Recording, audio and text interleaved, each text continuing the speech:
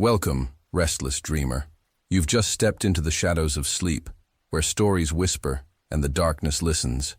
I'm your guide tonight, your voice in the void, here to lead you gently into nightmares wrapped in lullabies. Before we begin, press like if you're brave enough, and subscribe for more midnight tales that blur the line between sleep and terror. Tell me in the comments, where are you watching from, and what hour has found you? Claire hadn't planned on inheriting anything from Uncle Wyatt. He was the kind of relative everyone mentioned in the past tense even before he died. Reclusive, sharp-tempered, more shadow than man.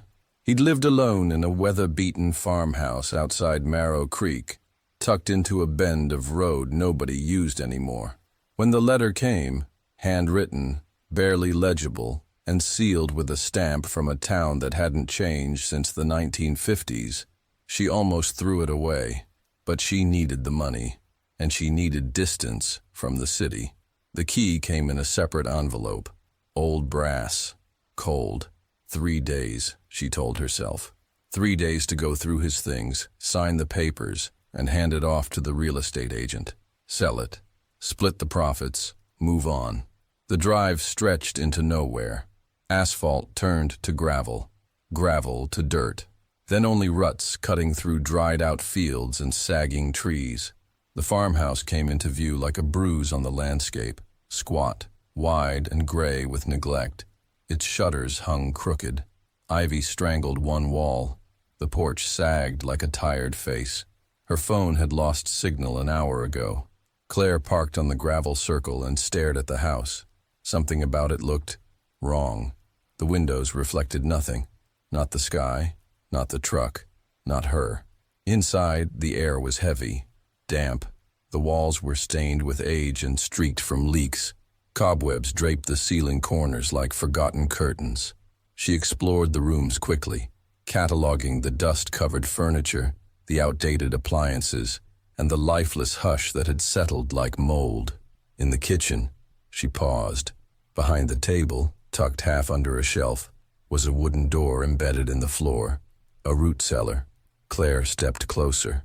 Thick wooden planks sealed the trapdoor shut.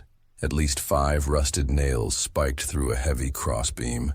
Someone had gone through serious effort to keep it closed. She shivered, more annoyed than afraid. Probably just rodents, or black mold. She went upstairs, set up her sleeping bag on the old iron-framed bed, and ate crackers for dinner. The house creaked and popped as it cooled. Old pipes, dry wood. She knew the sounds, but just after midnight something thumped beneath the kitchen floor. She sat up, heart suddenly awake. The thump came again, slower, steadier. Thump, scrape, silence. Claire pulled the blanket tighter. Probably raccoons or possums, nothing worth panicking over. Still, she didn't sleep until dawn. The morning brought pale, watery sunlight. She wandered the overgrown backyard and found the barn mostly collapsed. The shed caved in, and the windmill long dead. The well behind the house had been boarded up, though not well enough to keep the weeds out. Back inside, she made instant coffee and kept glancing at the nailed-down cellar door. It looked different in daylight, less sinister, more curious. She grabbed a hammer from the shed and pried up the nails. It took effort. The beam was warped and splintered. Finally, with a protesting creak, the trapdoor shifted. The scent hit her instantly. Damp earth, mildew, and something faintly metallic. She held her breath and lifted the door. Wooden steps descended into darkness. No light bulb, just dirt walls and silence. Claire flicked on her flashlight and climbed down. The root cellar was small, maybe 15 feet across. Old shelves lined the walls, holding empty jars and rusted tins. The dirt was undisturbed, though cracked in places. In the far corner, scratches marred the packed earth. Long, deep gouges, spaced like fingers. Not claw marks, not animal, human. She backed out quickly, closed the hatch, and this time didn't bother nailing it shut. That night, the thumping returned. It started just after midnight. Regular, methodical, thump, scrape, drag. She lay stiff in bed, eyes wide, heart hammering. The sounds weren't random. They moved, pacing beneath her, following the lines of the floor. Once, they paused directly beneath her. She held her breath. A single knock echoed through the floorboards, like something knocking back. Claire jumped out of bed, grabbed her phone, and cursed the dead signal. She tried the landline. Dead tone. The sound stopped. She tiptoed to the bedroom door, heart in her throat, down the stairs. The kitchen was dark, moonlight filtering through the grimy window. She stepped toward the hatch. It was cracked open. A cold draft brushed her ankles. The scent of damp earth rose up like a whisper. Something shifted beneath her. She slammed the door shut and pushed the heaviest chair she could find over it. She didn't sleep that night. Claire packed as fast as she could. She didn't care about sorting anymore. Just throw things in boxes. Get it over with. The notary was scheduled to come that evening. She would sign the papers, hand over the key, and never return. She checked her car. Battery dead. She didn't scream, just stood staring at the useless engine. Hood lifted, cables chewed through. Not torn, not frayed, chewed. She turned back to the house and felt it watching her. The windows looked like eyes now, empty, waiting. Inside, the hatch door was open again. Chair tipped over, scratches on the floor. This time she saw footprints, damp, smudged, shaped like bare feet, but wrong. Toes too long, heels too narrow, leading from the hatch to the hallway, then gone. She backed away slowly, breathing through her teeth. Okay, not staying. She grabbed her bag and stepped outside. The woods around the house had changed, closer somehow, like the trees had shifted during the night. Branches bent toward her, grass wet with morning dew but dark, like it had bled something. She walked. No path, just through the field, toward the road. She didn't look back. Claire flagged down a passing truck 2 miles down the road. She didn't explain much, just asked to be taken into town. When she returned with the sheriff the next day, the farmhouse looked untouched. Hatch shut. No footprints. Car still dead. She handed over the key, signed the papers without reading them, and drove home in a rental. That night, she unpacked in her city apartment and found something nestled in the bottom of her bag. A jar, old, dusty, labeled in faded ink. Welcome home. Inside were long strands of hair and fingernails. Human. She dropped it. Glass shattered. From somewhere in the apartment, under the floorboards. Thump. Scrape. Jared found the map folded behind an old poster at his grandfather's cabin. A dusty, hand-drawn sketch tucked between crumbling walls and water-stained paperbacks. The ink was faded, the landmarks vague, but one word was circled in red at the edge of the page. Ridge. No road names, no trails, just a jagged arrow pointing toward the hills behind the cabin and a note beneath it, scrawled in near illegible handwriting. They whisper when it's quiet. Don't follow the voices. Of course, Jared didn't believe in that kind of thing. Neither did Lena or Mike, his friends since high school who had driven 6 hours out of the city just to escape their routines and reconnect with the woods. It's probably just one of your grandpa's ghost stories, Lena said, snapping a photo of the map with her phone. We came here to get lost a little anyway, didn't we? Mike nodded. Exactly. No cell towers, no tourists, no bullshit. Just forest and fresh air. That's the point. They decided to follow the map the next morning. By noon the next day, they were well off any marked trail, the trees growing denser, older, and oddly quiet. The air felt thicker here, like it carried weight. Even the birds had gone still. The usual underbrush was missing, no thorny bushes or wildflowers, just dirt and moss, like the ground had been swept clean. Feels like a place where the forest forgot to breathe, Mike muttered, half laughing. Jared didn't respond. He was staring at a rusted metal sign nailed to a tree, barely legible. The paint had peeled down to flakes, but 3 words were still visible beneath the rust. No way back. Creepy, Lena said, brushing her hand along the bark. Think your grandpa put this up to scare off trespassers? Maybe, Jared said, though his voice didn't sound confident. They pressed on, deeper into the trees. They found a spot beside a dry creek bed to pitch camp. By dusk, the forest was already drowning in shadow. There was no sunset, just a slow suffocation of light, like someone dimmed the world. Mike built a fire. Lena cooked beans from a tin while Jared checked the map again. There was no scale, no sense of how far they'd gone. Only one landmark remained ahead, a forked tree marked with an X. As they settled into sleeping bags, Jared heard it for the first time. Just a whisper, barely audible over the crackling fire. At first he thought it was Lena or Mike, but their tents were zipped shut and still. Then he realized what unsettled him most. It wasn't just a whisper. It was his name. Jared. Drawn out. Almost gentle. Familiar, like how his mother used to call him from the back porch when dinner was ready. He sat up, his heart thudding. Nothing moved in the woods. No footsteps. No wind. Just silence. By morning, he hadn't told the others what he'd heard. It sounded ridiculous even in his own mind. They hiked in silence, and the ridge rose steeper with every mile. Finally, they found the tree. It split at the trunk, forming a jagged Y shape that reached like arms into the sky. Black scorch marks ringed its base, and beneath it sat a small pile of stones, too neatly stacked to be natural. Lena approached the stones and crouched beside them. "These are fresh. Someone was here not long ago. Or something," Mike said with a grin that didn't reach his eyes. They moved on, but Jared couldn't shake the feeling that they'd just crossed an invisible boundary. Something about the air changed. Sharper, colder. The sunlight now filtered in strange patterns, as if the trees had shifted while they weren't looking. That night, Jared dreamed he was home. His mother's voice echoed through the house, humming the lullaby she used to sing when he was little. But something was wrong. She was facing the wall, humming, not moving. When he stepped closer, she turned slowly, and her face split open at the mouth, smiling too wide. He woke up gasping. The fire was out. He turned to whisper to Mike, but the tent beside his was empty.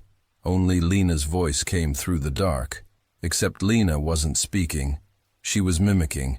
It was his voice, calling Mike's name, then his mother's voice again. Jared scrambled out of his tent, flashlight shaking. "Mike?" he called. Nothing. Then a low sound, like dry leaves being crushed slowly, came from the trees. Jared froze. Between the trunks, something moved.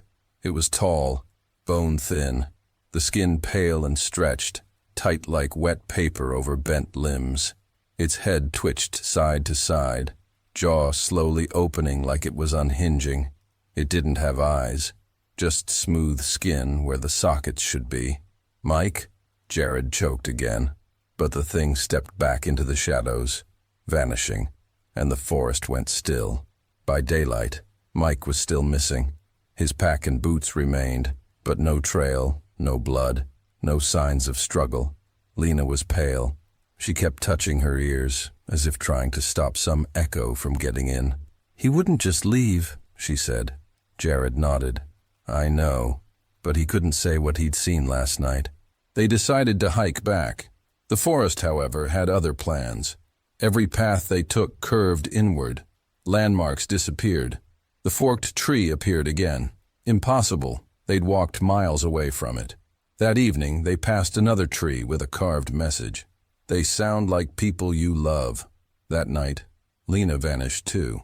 Jared didn't sleep. He sat with his back to a tree, flashlight gripped in his hands, heart thundering with every twig that snapped. Then the voice came again. His father's this time, who died in a car crash when Jared was 12. "Come home, kiddo." He didn't move. Then Lena's voice. "I found the trail, Jared. I swear, just follow my voice." It came from every direction, behind, ahead, to the side, always just out of sight. And finally, Mike's voice again. "You don't have to be alone, man. It's better here." Tears slid down Jared's face. He shut off his flashlight and waited. When rangers found him 2 days later, Jared was curled beside the old service trail. eyes sunken, lips cracked. He didn't speak for hours. When they asked where his friends were, he only said, "They're still listening." The forest behind him was silent. No birds, no wind, only trees. And sometimes, when hikers pass too close to the ridge where the map ends, they say they hear voices, sweet, familiar, and dangerously wrong. Matt wasn't running away. At least that's what he told himself. After the breakup, the job loss, and the final shouting match with his landlord, he needed something that wasn't glowing, buzzing, or crashing around him. So when his late cousin Mark's old Firewatch tower came up in a county registry as available for temporary use, he didn't ask how or why.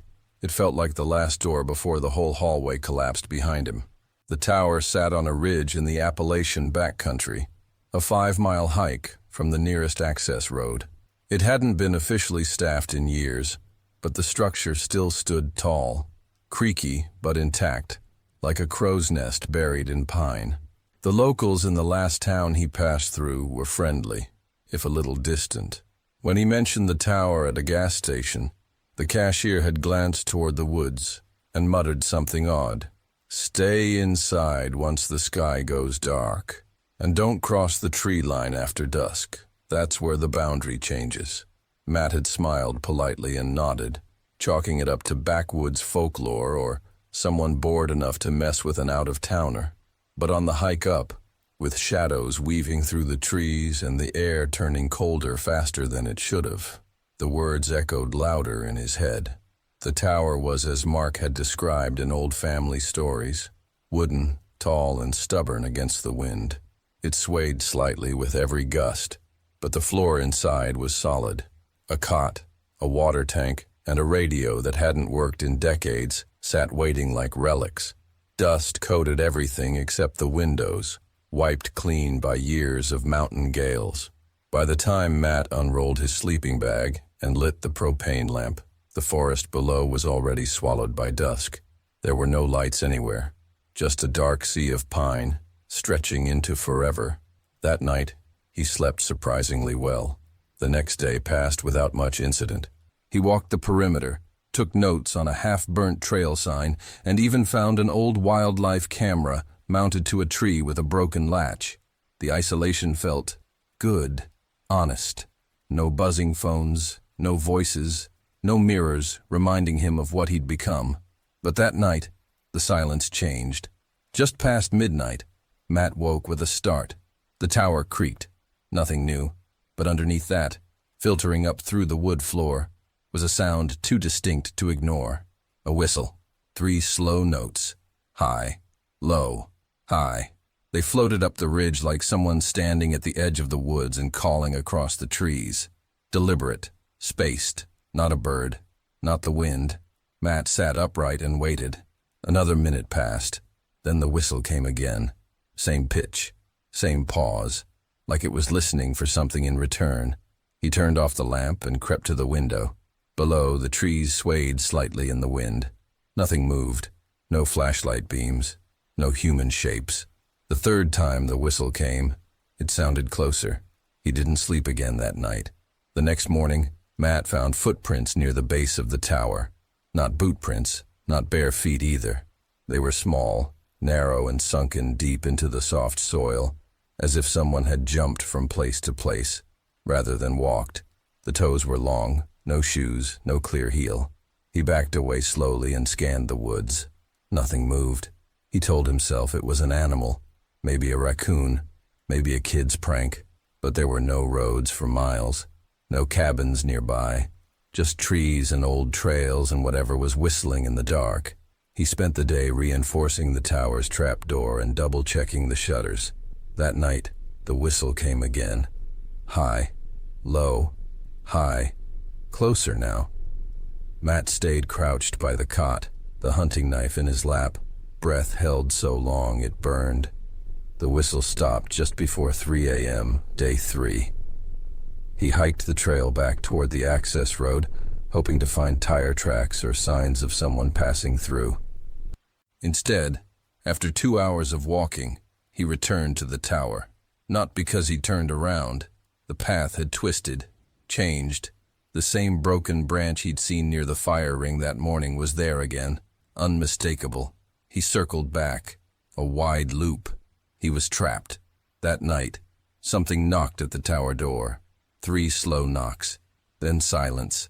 Matt pressed his ear to the trap door. No breathing, no footsteps, just stillness. He waited nearly an hour before peeking through the viewing slit. Nothing was there, except for a strip of hide, pale and curled, nailed to the wood. Something was carved into it, a tall figure, faceless, with long legs and no arms, a bent pine tree beside it. Matt didn't touch it.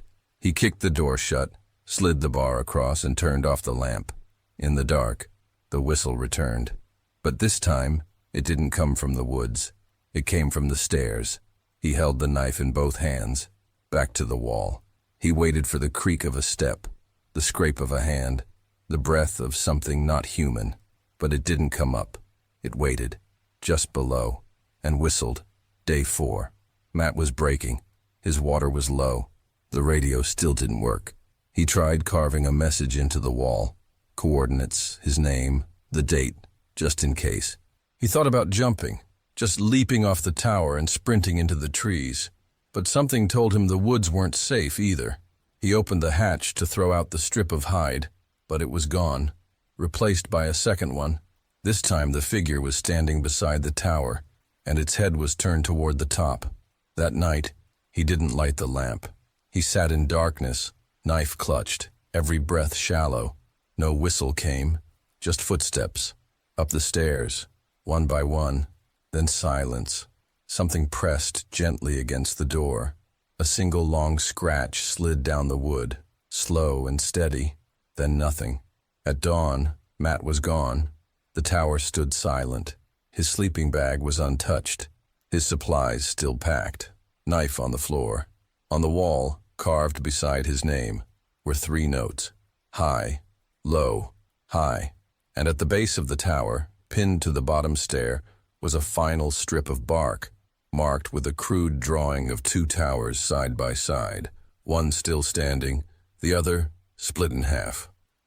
Mason Hall didn't believe in bad omens until he stepped through the door of the farmhouse. He'd inherited the property from a great-uncle he barely remembered. The lawyer said it had been left untouched for over 20 years. No electricity, no running water, just a quiet old house sitting at the edge of the Blue Ridge Hills, wrapped in fog and silence. It sounded like the perfect place to start over. After the layoff at the print shop, the breakup with Zoe, and a slow drift into debt, Mason had decided the farmhouse was a sign, a chance to reset. So he packed his tools, a mattress, and a month's worth of canned food into his truck and drove through a rainstorm to reach it. The driveway was just a narrow path of gravel swallowed by weeds. Trees pressed close on either side, their branches clawing at the truck's roof. When the house finally appeared between the trees, it looked more like something left behind than something built. Tall, thin, and gray with age, the house leaned slightly, like it had grown tired of holding itself up. Mason parked, climbed out, and approached the front porch with a deep breath. The air smelled like wet soil and forgotten things. The inside was cold and dim. Dust clung to everything. Cabinets, windowsills, picture frames on the walls showing long-dead people in stiff clothing. He wandered through each room, flipping light switches out of habit, though nothing worked. He paused at the last room upstairs, the guest room. The door was shut. A worn brass key rested on the floorboard beside it, as if someone had dropped it while locking the door from the outside. Mason stared at the doorknob.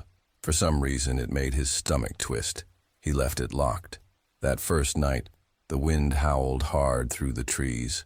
He curled up on his mattress downstairs in the living room, wrapped in a thick blanket, and told himself he wasn't nervous. But just past midnight, the house creaked. Not the usual settling of wood and nails. This was deliberate. Step, step, step. He held his breath, listening as slow, steady footsteps moved across the upstairs floorboards. They stopped in front of the guest room door.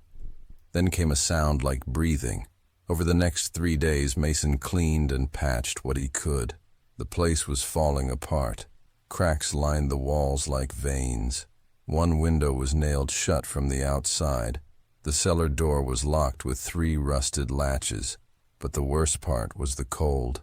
No matter how many layers Mason wore, or how tightly he sealed the windows, a constant chill ran through the house, especially near the guest room. The air outside was warm and damp, but inside that hallway, he could see his own breath. At night, the footsteps returned. Sometimes they moved from room to room. Other times they stayed still for hours just above his head. Once, he swore he heard a voice behind the guest room door, a thin, papery whisper repeating something too quiet to make out. Mason pushed a dresser in front of the door. He told himself it was just for peace of mind. On the 5th night, he woke to silence. That, more than anything, unsettled him. The wind had stopped. No creaking, no footsteps. Just stillness so deep it pressed on his chest. Then he noticed the cold was gone. The air felt normal. Mason sat up, blinking in the dark. Across the room, a shape moved. A soft flicker of shadow near the stairs. He grabbed the flashlight and aimed it. Nothing there. But when he climbed the stairs, barefoot and cautious, the hallway light, powered by the small generator, flickered once, then steadied. The dresser had been moved. The guest room door stood open. Inside, the air was warm. Dust floated in golden shafts of moonlight. The mattress on the bed was perfectly made. A chair sat near the far wall, turned slightly away from him. Something about that chair made his legs stiffen. He reached for the light switch and flicked it up. Nothing. He backed out, closed the door, and locked it again. The next day, Mason drove into town, 20 miles of winding mountain road, and found a bookstore that sold used paperbacks and local history guides.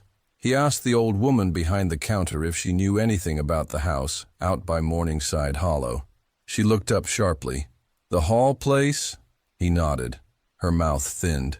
"Should have been torn down after the fire." Mason frowned. "What fire?" But she wouldn't say more. He found a single newspaper clipping in a binder buried on the store's back shelf, dated 1979. It mentioned a man named Benjamin Hall, Mason's great-uncle, who'd reported hearing voices in the walls and claimed the house was a threshold to something older. The article ended with his commitment to a state hospital. There was a note in the margins, scribbled in blue ink. "The guest room's the anchor. Burn it or leave." Mason went back that night and loaded the revolver. That night, the house didn't wait until midnight. At exactly 10:04 p.m., the voice began again, louder this time. Not words he could understand, but structured, intentional, like someone whispering a ritual in a forgotten tongue. Mason stood at the base of the stairs, flashlight in one hand, revolver in the other. When the whispering stopped, something scraped against the floor above him. He climbed slowly, heart pounding. His boots didn't make a sound on the steps. The guest room door was wide open. The chair was facing the bed now. A figure sat in it, pale, too tall, wrapped in something tattered and damp like burial cloth. Its hands were long, gray and thin, resting on the arms of the chair. Its head was bowed slightly, like it was sleeping. Mason's breath caught. His fingers twitched on the gun. The figure didn't move, but its lips did. It whispered one last word, his name. Mason didn't remember pulling the trigger. He didn't remember crashing into the hallway wall, scrambling down the stairs, or tearing the front door off its hinges as he ran into the freezing night. All he remembered was the warmth of the guest room, the way it felt welcoming, like the house had been waiting for him. He didn't stop running until he reached the main road. His flashlight was gone. His hands were scraped and bloody. He never went back. 2 weeks later, the house burned to the ground. A lightning strike, according to the fire chief. No one had been inside, but the guest room remained untouched. Its walls stood tall while everything else turned to ash, until the final gust of wind brought it all down. The land is still empty now, but hikers who wander too close say they sometimes hear a whisper from the trees. a voice speaking a strange, rhythmic language. Some say it calls people by name. Ellie Turner hadn't set foot in Copper Ridge since she was 12. That one summer, long ago, had lodged itself in her memory like a jagged splinter. The place hadn't been home exactly, but it had left its mark, one she couldn't fully explain. Now, nearly 2 decades later, she was back. The legal letter from the county had arrived 2 weeks ago. Her uncle, Samuel Turner, long thought a recluse, had passed. No funeral, no ceremony, just a rusty key and a vague will bequeathing her a forgotten cabin deep in the woods. Her parents had declined to return. They barely spoke of her uncle, but curiosity, mixed with some strange sense of duty, had driven her to accept. The gravel crunched beneath the tires of her rented SUV as the forest opened up to reveal the decaying cabin. Vines had overtaken one side. The porch sagged, its steps softened by years of rain and rot. A chill crept up her spine, despite the warm August air. She remembered that porch. She remembered the nights she'd lain awake in the loft, hearing the trees rustle unnaturally. She had thought it was her imagination. Maybe it wasn't. Inside, the air was stale with the scent of old wood and mold. Dust danced in beams of late afternoon light as she stepped cautiously through the front door. Furniture, untouched and covered in sheets, still marked the rooms. On the mantel, a stack of cassette tapes sat in a wooden crate, each one labeled by date. The handwriting was unmistakably her uncle's. She picked one at random. July 3rd, 2:13 a.m. There was an old cassette recorder nearby, plugged into the wall like it had never been moved. She pressed play. Hiss, then a low hum. It started again, just past midnight. The humming. The ground shook for just a moment. I heard them whispering again, just beneath the floorboards. I went outside. It came from the ridge. Click. She stopped the tape. A strange sensation bloomed in her chest. It was the same ridge her bedroom had faced all those years ago. The same ridge she'd stared at every night until sleep took her. By nightfall, she had unpacked a small bag, lit a few candles, and fixed herself a basic dinner. The cabin groaned as it settled, the way old structures do when they remember they're alone. At 1:45 a.m., the humming began. It was faint at first, like a vibration in her teeth rather than her ears. The sound came not from inside, but beneath the earth, the house, the ridge itself. Ellie sat up in bed, pulse hammering in her throat. Thump. The floor trembled lightly. Once, then again. She stepped barefoot onto the wood, holding her breath. Thump. Outside, the wind had died. The trees stood motionless.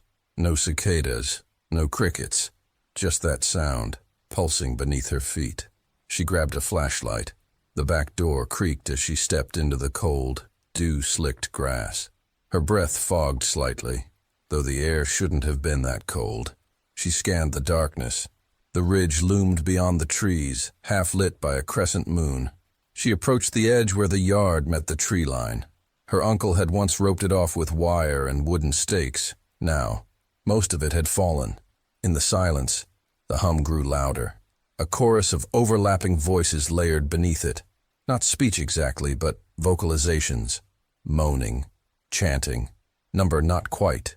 It was calling. Her beam landed on something obscured by brush. She stepped closer and parted the foliage. A circle of stone, no more than 4 feet wide, sat half buried in the dirt. It was framed with rusted metal, carved with symbols she didn't recognize. In its center was a black hole, a shaft descending into the ground. She remembered this. As a child, she'd once asked her uncle about the well near the trees. He'd gone pale and told her never to go near it, that it wasn't a well at all. The humming intensified. Her flashlight flickered. Then it went out. Darkness surged around her like a wave. Then, a voice. It wasn't in her ears. It was in her mind. She's returned. She stumbled backward, heart pounding, and sprinted to the cabin, slamming the door behind her. The humming continued, now faint, now receding. She didn't sleep. By morning, The ridge looked innocent again. The shaft was still there, silent. She debated leaving, but something compelled her to stay. She played more tapes. Each one detailed her uncle's obsession with the sounds. He believed something ancient lived beneath the ridge. He spoke of dreams where he floated through tunnels of stone, voices guiding him deeper. He believed he was being drawn into something, not by force, but invitation. One tape ended with, "They showed me the roots.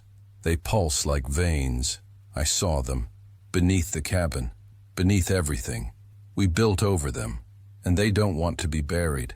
By nightfall, she had moved her mattress into the living room, closer to the front door. She kept a hammer beside her. The hum returned. So did the voices. But this time, she didn't go outside. She waited, eyes wide, breath shallow. And then, the cellar door in the kitchen creaked open. She hadn't even known there was a cellar. The sound now came from below the floorboards. She approached slowly, hammer raised. A narrow wooden staircase led into blackness. The hum surged, so loud she clenched her teeth. She descended. The air grew colder. The light from her flashlight landed on something unnatural. Roots, thick, blackened, and pulsing faintly. They ran along the walls like veins. At the center of the cellar floor was a wooden trapdoor, split slightly down the middle. She stepped closer. Thump. The trapdoor jumped. Thump. It pulsed like a heartbeat. She raised the hammer, but something stopped her. A whisper, gentle this time. "You belong here, Ellie. You heard us, even then." A memory flashed. That summer, the nights she couldn't sleep, the reason she had begged her parents to leave. She had heard it then. The hum, the voice. Her uncle had stayed. He had listened. She turned and fled, scrambling up the stairs. The hum turned to a shriek. The house groaned. Lights exploded above her. She drove through the night, not stopping until the sun rose over the interstate. A week later, she returned with the sheriff and a team from the county. They found the cabin abandoned, the door open, the cellar sealed. No shaft, no roots, just dirt. She never returned to Copper Ridge. But sometimes, when the night is especially quiet, Ellie hears a faint hum in her chest, calling, still calling.